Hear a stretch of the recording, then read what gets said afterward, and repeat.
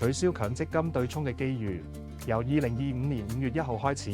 香港嘅強積金對沖機制將會正式取消，無論係經營企業嘅老闆，定係受僱嘅員工，都會帶來深遠嘅影響。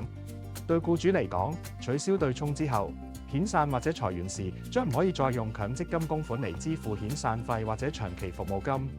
呢個意味住企業需要額外承擔成本，亦更加需要提前做好財務規劃。對僱員嚟講，意味住當你離職時，屬於你嘅供款將唔會再因為對沖機制而被扣減。所以喺離職時要確保公司根據新法例支付應有嘅補償金。特別要留意嘅係，為咗減輕僱主喺取消對沖後嘅財務壓力，香港政府將會推出補償機制，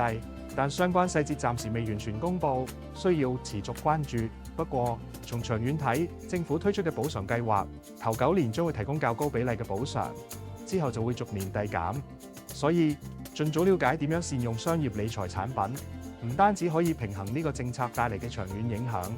仲有機會提升企業吸引同留住人才嘅能力，反而變成一個新嘅機遇。